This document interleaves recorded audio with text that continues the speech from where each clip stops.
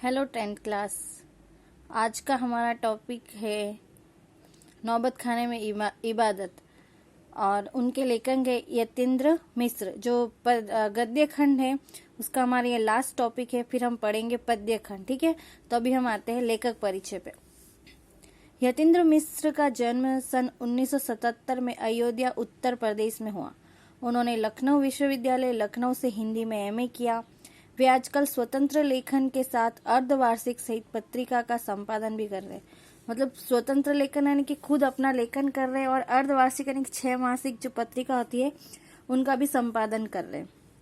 सन 1999 में साहित्य और कलाओं के संवर्धन और अनुशीलन के लिए एक सांस्कृतिक न्यास विमला देवी फाउंडेशन का भी संचालन कर रहे हैं। यतीन्द्र मिश्र के 3 काव्य संग्रह प्रकाशित हुए, यदा कदा, अयोध्या तथा अन्य कविताएं, डीओडी पर आलाप। इसके अलावा शास्त्रीय गायिका गिरिजा देवी के जीवन और संगीत साधना पर एक पुस्तक गिरिजा लिखी। रीतिकाल के अंतिम प्रतिनिधि कवि दीक्षदेव की ग्रंथावली 2000 का सह संपादन किया। कुंवर नारायण पर केंद्रित 2 पुस्तकों के अलावा स्पीक मेके के लिए विरासत 2001 के कार्यक्रम के लिए रूपंकर कलाओं पर केंद्रित हाथी का संपादन भी किया। युवा रचनाकार यतीन्द्र मिश्र को भारत भूषण अग्रवाल कविता सम्मान, हेमंत स्मृति कविता पुरस्कार, ऋतुराज सम्मान आदि कई पुरस्कार प्राप्त हुए हैं।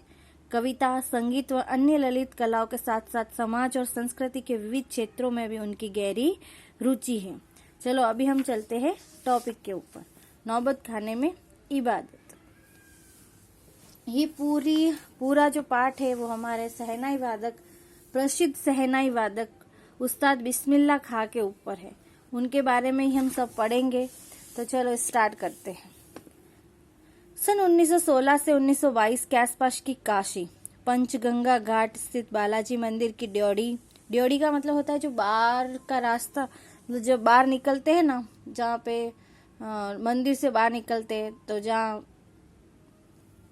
लोग बैठते हैं उसे ड्योढ़ी बोलते हैं। ठीक है, ड्योढ़ी का नौबत खाना और नौबत करने से निकलने वाली मंगल ध्वनि। आपने देखा होगा कि कोई महल भी है या फिर मंदिर भी, उसके बाहर बजाने वाले गाने वाले सब बैठे रहते हैं, तो वहां से क्या निकलती है? मंगल ध्वनि।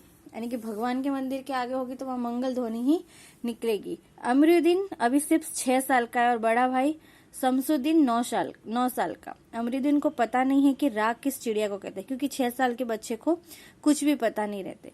राग अलापना जैसे कि अच्छे से आवाज निकालना। और ये लोग हैं मामूजान वगैरह, जो बात बात पर भीम पलासी और मुल्तानी कहते रहते हैं। मतलब ये रागों के नाम है।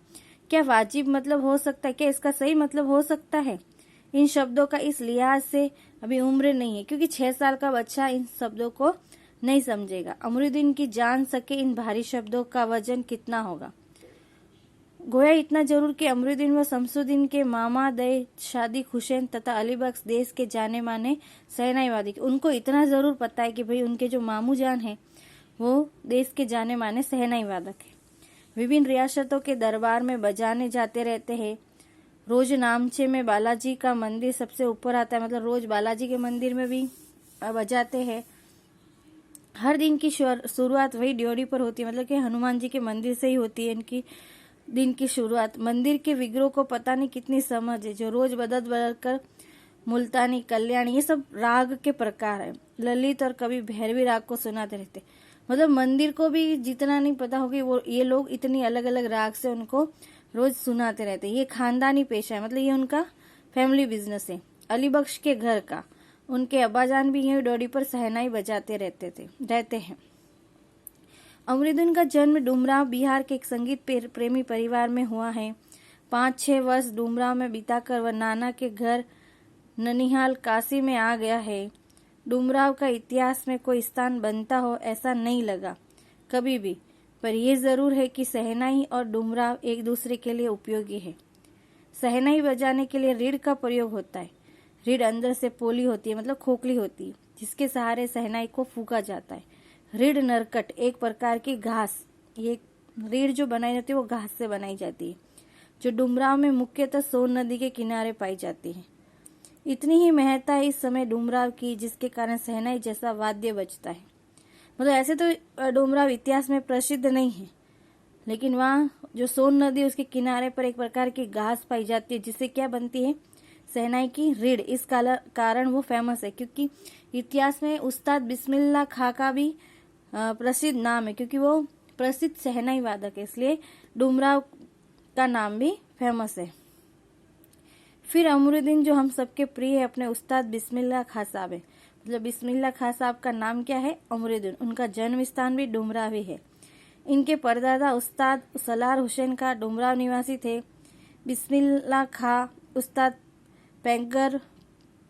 पैगंबर बख्श खां और मिट्टन के छोटे साहबजादे हैं।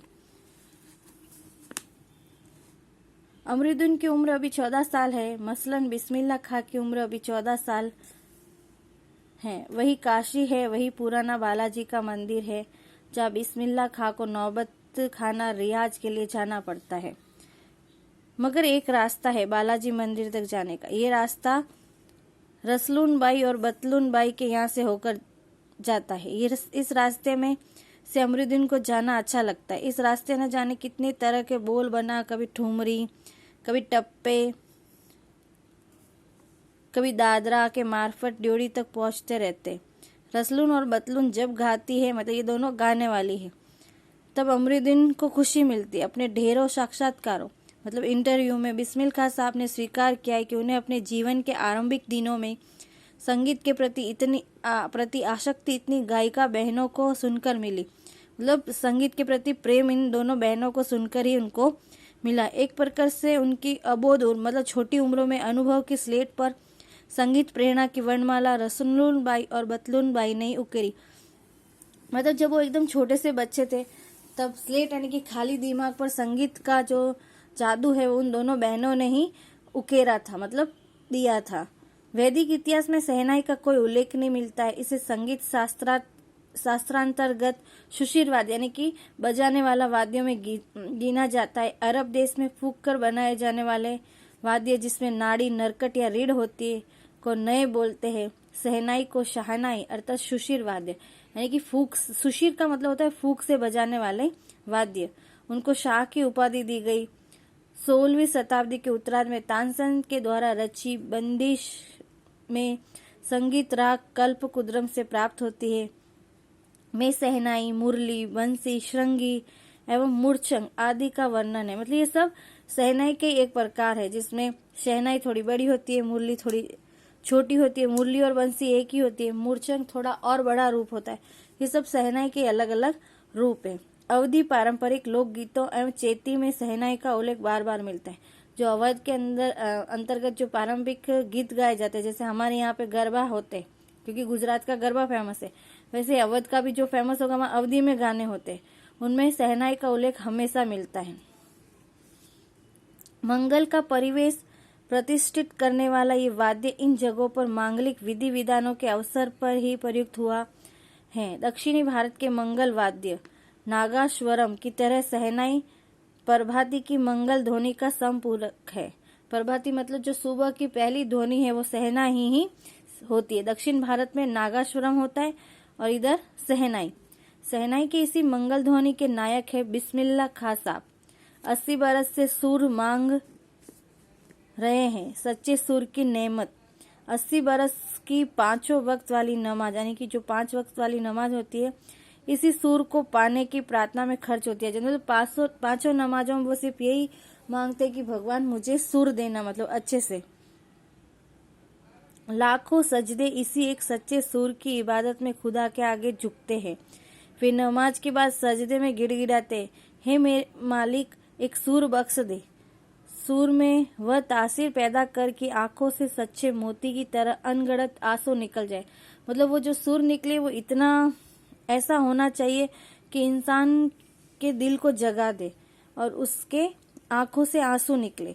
उनको यकीन है कभी खुदा यूं ही उन पर मेहरबान होगा और अपनी झोली से सुर का फल निकालकर उनकी ओर उछालेगा। उनको मतलब भरोसा है भगवान पर कि कभी न कभी तो उन पर मेहरबान होगा और उनके झोली में से एक सुर निकाल दे। मतलब वो उन्हीं की तरह एक और सुर मांग रहे कि चलो भाई अब मेरा तो उम्र हो गई, क्योंकि मैं 80 बरस का हो गया, अब कोई और तो चाहिए ना।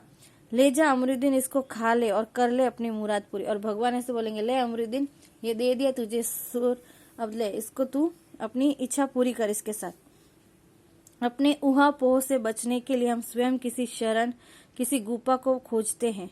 मतलब कि हमारी जो मतलब ऐसे क्या बोल सकते, चिंता वाली स्थिति, मतलब हमें समझ में नहीं आती कि हम करें क्या क्या ना करें, ऐसी स्थिति को हम ऊहापोह की स्थिति बोलते हैं। उससे बचने के लिए हम कहीं जाते, किसी गुफा को खोजते, जहाँ अपनी दुश्चिंताओं को, मतलब जो अंदर मन में सब उमड़ घुमड़ चल रहा है सवालों का, दुर्बलता को छोड़ सके और वहां से फिर अपने लिए एक नया तिस्लिम गढ़ सके। ठीक है, अपन यही देखते हैं ना कि जब हम बहुत ज्यादा परेशान होते हैं तो एकांत ढूंढते। क्यों ढूंढते? कि वहां बैठकर हम सारी मतलब पूरा अंदर ही अंदर दिमाग में सब चलाते रहते कि भाई ये हुआ, ऐसा हुआ, ठीक है। फिर थोड़ी देर बाद हम फ्री हो जाते, एकदम शांति हो जाती, तब हम वापस अपने पुराने रूप में आ जाते। हिरन अपनी ही महक से परेशान पूरे जंगल में उस वरदान को खोजता है जिसकी गमक उसी में समाई है। मतलब ये कि हिरन के पेट, जो पेट नाभि होती है उसी में कस्तूरी होती है, और कस्तूरी की महक उसे ऐसा लगता है कि कहीं दूर है, इसलिए वो पूरा जंगल चांद मारता है, लेकिन वो होती उसी के अंदर। तो सेम बिस्मिल्लाह का साथ भी ऐसा ही था। 80 बरस से बिस्मिल्लाह खां यही सोचता है कि सातों सूरों को बरतने की तमीज उन्हें सलीके से अभी तक क्यों नहीं है। बिस्मिल्लाह खां और शहनाई के साथ जिस एक मुस्लिम पर्व का नाम जुड़ा है वह है मुहर्रम। आप लोगों को पता है ना मुहर्रम? मुहर्रम का महीना वह होता है जिसमें सिया मुसलमान हजरत इमाम हुसैन, अंडरलाइन कर लेना, एवं उनके कुछ वंशजों के प्रति आजादेरी यानी कि शौक मनाते हैं। मुहर्रम का पर्व शौक का होता है, खुशी का नहीं होता है। जैसे आप देखते हैं ना, फिर लोग अपने पीठ पे किसी चीज से मारते, खून निकलता है, तो वो इस तरीके से उनके जाने का दुख मनाते हैं। पूरे 10 दिनों का शौक। वे बताते हैं कि उनके खानदान का कोई व्यक्ति मुहर्रम के दिनों में न तो शहनाई बजाता है और न ही किसी संगीत के कार्यक्रम में शिरकत करता है। 8वीं तारीख उनके लिए खास महत्व की है। इस दिन खां साहब खड़े होकर शहनाई बजाते हैं। वह दाल मंडी में फातमान के करीब 8 किलोमीटर की दूरी तक पैदल रोते हुए नोहा बजाते हैं। इस दिन कोई राग नहीं बजता, राग रागिनियों की अदायगी का निषेध है, मतलब इस दिन सब बंद है क्योंकि ये शौक का दिन होता है। उनकी आंखें इमाम हुसैन और उनके परिवार के लोगों की शहादत में नम रहती है, अजादारी होती है। हजारों आंखें नम, 1000 बरस की परंपरा पुनर्जीवित है। मुहर्रम संपन्न होता है। एक बड़े कलाकार का सहज मानवीय रूप ऐसे अवसर पर आसानी से दिख जाता है। मुहर्रम के गमजदा माहौल से अलग कभी कभी सुकून के क्षणों में वे अपनी जवानी के दिनों को याद करते। वे अपने रियाज को कम, उन दिनों को अपने जुनून को अधिक याद करते, क्योंकि उन दिनों उनके ऊपर जुनून सवार था जब वो नया नया सीख रहे थे। अपने अब्बाजान और उस्ताद को कम, पक्का महाल की कुलसुम हलवाइन की कचौड़ी वाली दुकान व गीता वाली और चुलोचना को ज्यादा याद करते हैं। कैसे सुलोचना उनकी पसंदीदा हीरोइन रही थी। बड़ी रहस्यमय मुस्कुराहट के साथ गालों पर चमक आ जाती थी। खान साहब की अनुभवी आंखें और जल्दी ही खिस से हंस देने की ईश्वरीय कृपा आज भी बस्तूर कायम है। मतलब आज भी उनकी हंसी और एक डिम्पल पड़ता आज भी वो कायम है, मतलब इतनी उम्र में भी। इसी बाल सुलभ हंसी में कई यादें बंद हैं। वे जब उनका जिक्र करते हैं तब फिर उसी नैसर्गिक आनंद में आके चमक उठती है। अमरुद्दीन सब तब सिर्फ 4 साल का रहा होगा। चुपकर नाना को शहनाई बजाते हुए सुनता था। अमरुद्दीन पता है ना कौन? बिस्मिल्लाह खां। रियाज के बाद जब अपनी जगह से उठकर चले जाए तब जाकर ढेरों छोटी बड़ी शहनाइयों की भीड़ से अपनी नाना वाली शहनाई ढूंढता और एक एक शहनाई को फेंक कर खारिज करता जाता। सोचता लगता है मिट्टी वाली शहनाई दादा कई और रखते हैं। उनको लगता है कि शायद जो नाना जी बजाते हैं उसी में ही मतलब मीठी आवाज आती है। जब मामू अली बख्श खां जो उस्ताद भी थे शहनाई बजाते हुए सम पर आए तब धड़ से एक पत्थर जमीन पर मारता था। सम पर आने की तमीज उन्हें बचपन में ही आ गई थी, मगर बच्चे को ये नहीं मालूम था कि दाद वहां करके दी जाती है, सिर हिलाकर दी जाती है, पत्थर पटक कर नहीं।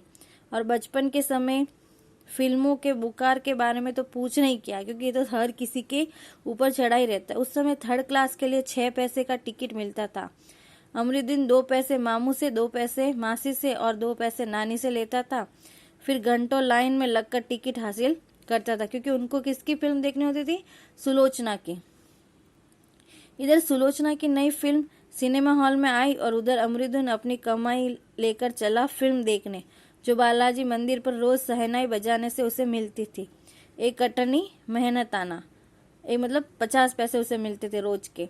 उस पर यह शौक जबरदस्त कि सुलोचना की कोई नई फिल्म न छूटे। और कुलसुम की देसी घी वाली दुकान, मतलब कचौरी वाली दुकान, ये दो चीजें उनको बहुत ज्यादा पसंद थी।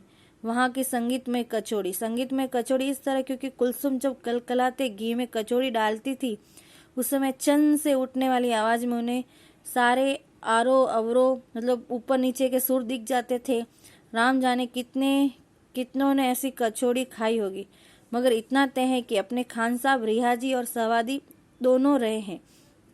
और इस बात में कोई शक नहीं है कि दादा की मीठी सहनाई उनके हाथ लग चुकी है। काशी में संगीत आयोजन की एक प्राचीन एवं अद्भुत परंपरा है। यह आयोजन पिछले कई वर्षों से संकट मोचन मंदिर में होता आया है। यह मंदिर शहर के दक्षिण में लंका पर स्थित है। वह हनुमान जयंती के अवसर पर यहाँ 5 दिनों तक शास्त्रीय एवं उपशास्त्रीय गायन वादन की उत्कृष्ट सभा होती है। इसमें बिस्मिल्लाह खां अवश्य रहते। अपने मजहब के प्रति अत्यधिक समर्पित उस्ताद बिस्मिल्लाह खां की श्रद्धा काशी विश्वनाथ जी के प्रति भी अपार है। मतलब भले ही वो मुसलमान है, लेकिन दूसरे धर्म में भी उनकी मतलब उनकी श्रद्धा है। वे जब भी काशी से बाहर रहते हैं तब विश्वनाथ व बालाजी मंदिर की दिशा की ओर मुंह करके बैठते हैं। थोड़ी देर ही सही, मगर उसी ओर सहनाई का प्याला घुमा दिया जाता है और भीतर की आस्था रीढ़ के माध्यम से बसती। मतलब भले बाहर भी होंगे तो वो जिस दिशा में बालाजी और विश्वनाथ का मंदिर है उसी दिशा में घूम के बैठेंगे और एक थोड़ा सा सहनाई तो उनके लिए बजाएंगे। खान साहब की एक रीढ़ 15 से 20 मिनट के अंदर गीली हो जाती है, तब वे दूसरी रीढ़ का इस्तेमाल कर लिया करते। रीढ़ यानी कि जिससे सहनाई बजाई जाती है।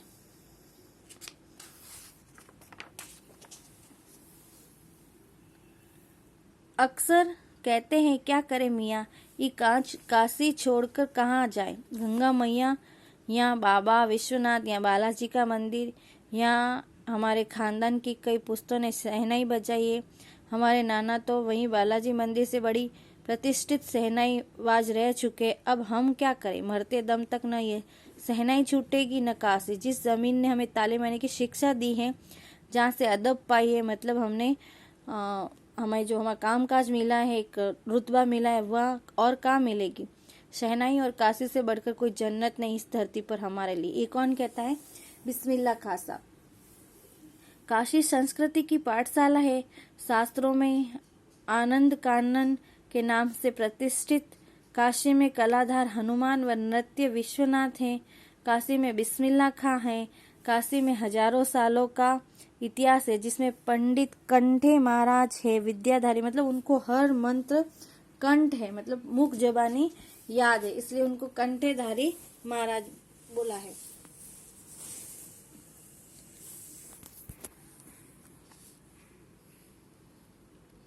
बड़े रामदास जी है, मौजूदीन खां है,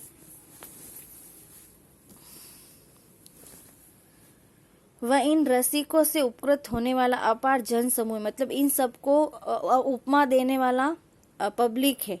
ये एक अलग काशी है जिसकी अलग तहजीब है, अपनी बोली है, अपनी विशिष्ट, मतलब उनका रहन सहन अलग है, अलग ही उनका बोली है, वहाँ के लोग अलग है, इनके अपने उत्सव है, अपना गम है, अपना सेहरा बनना और अपना नोहा है। आप ये संगीत को भक्ति से और भक्ति को किसी भी धर्म के कलाकार से, कजरी की छेती से, विश्वनाथ को विशालाक्षी से, बिस्मिल्लाह खां को गंगा द्वार से अलग करके नहीं देख सकते। मतलब ये वहाँ के फेमस स्थान है और लोग हैं, उनको एक दूसरे से जोड़ा गया कि इनके बिना इनको नहीं समझा जा सकता।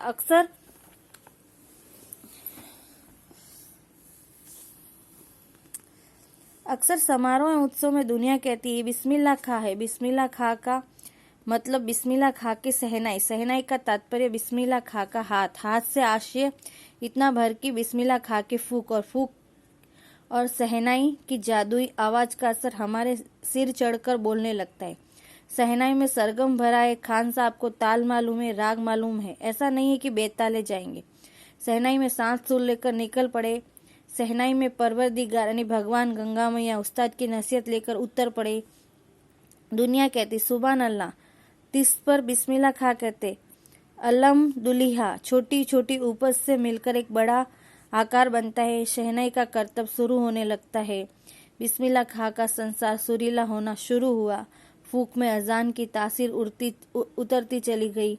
देखते देखते शहनाई 1.5 शतक के साज से 2 शतक का साज बन साजों की कतार में सरताज हो गई। मतलब इतनी अच्छी शहनाई बजाते थे। अमरुद्दीन की शहनाई गूंज उठी। उस फकीर की दुआ लगी जिसने अमरुद्दीन से कहा था बजा बजा। मतलब किसी की दुआ लगी, कोई फकीर ने कहा ले भाई तू बजा, तू एक अच्छा उस्ताद बनेगा, और बिस्मिल्लाह खा बन गई। किसी दिन एक शिष्य ने डरते डरते खान साहब को टोका, बाबा आप ये क्या करते हैं, इतनी प्रतिष्ठा है आपकी, अब तो आपको भारत रत्न भी मिल चुका है, ये फटी तहमीद न पहना करो, अच्छा नहीं लगता, जब भी कोई आता है आप इसी फटी तहमीद में सबसे मिलते हैं, मतलब कपड़े। खान साहब मुस्कुराए, लाड से भरकर बोले धत पगली, ये भारत रत्न हमको सहनाइयाँ पे मिला है, लुंगिया पे नहीं। तुम लोगों की तरह बनाव सिंगार देखते रहते तो उम्र ही बीत जाती, हो चुकती सहनाई, तब क्या खाक रियाज हो पाता। ठीक है बेटी, आगे से नहीं पहनेंगे। मतलब ऐसी फटी टूटी लुंगी मत पहनो। तो वो समझाते कि यदि हम साज श्रृंगार पे ध्यान देते फिर इतनी अच्छी सहनाई नहीं बजा पाते, क्योंकि हम किस पे ध्यान देते थे, रियाज करने पे। इतना ही बताए देते हैं कि मालिक से यही दुआ है, फटा सूर न बख्शे। कपड़े तो भले फटे होंगे लेकिन हमारा जो सूर है वो फटा न बख्शे। लुंगिया का क्या, आज फटी है तो कल सी जाएगी। सन 2000 की बात है। पक्का महाल काशी विश्वनाथ से लगा हुआ अधिकतम इलाका, मतलब जगह का नाम है, से मलाई बर्फ बेचने वाले जा चुके। खान साहब को इसकी कमी खलती है। अब देसी घी में वो बात कहाँ और कहाँ वह कचौड़ी जलेबी जो उनको वहां की पसंद थी। खान साहब को इसकी कमी खलती है। अब देसी घी में वह बात कहाँ और कहाँ वह कचौड़ी जलेबी। खान साहब को बड़ी शिद्दत से कमी खलती है। अब संगीतियों के लिए गायकों के मन में भी कोई आदर नहीं। जो गाने वाला है वही अपनी आवाज, और फिर आजकल तो बजाने वाले भी बहुत सारे सिस्टम आ गए, तो उन लोगों को भी कोई आदर नहीं। खान साहब अफसोस जताते, अब घंटों रियाज कौन पूछता है। हैरान है बिस्मिल्लाह खां, कहाँ वह कजली छेती और अदब का जमाना। सचमुच हैरान करती है काशी पक्का महाल से जैसे मलाई बर्फ गया। संगीत साहित्य और अदब की बहुत सारी परंपराएं लुप्त हो गई, मतलब खत्म हो गई। एक सच्चे सुर साधक और सामाजिक की भांति बिस्मिल्लाह खान साहब को इन सब की कमी खलती है। काशी में जिस तरह बाबा विश्वनाथ और बिस्मिल्लाह खां एक दूसरे से पूरक है, उसी तरह मुहर्रम, ताजिया और होली, अबीर गुलाल की गंगा जमुनी संस्कृति भी एक दूसरे के पूरक रहे। अभी जल्दी ही बहुत कुछ इतिहास बन चुका है, अभी आगे बहुत कुछ इतिहास बन जाएगा, फिर भी कुछ बचा है जो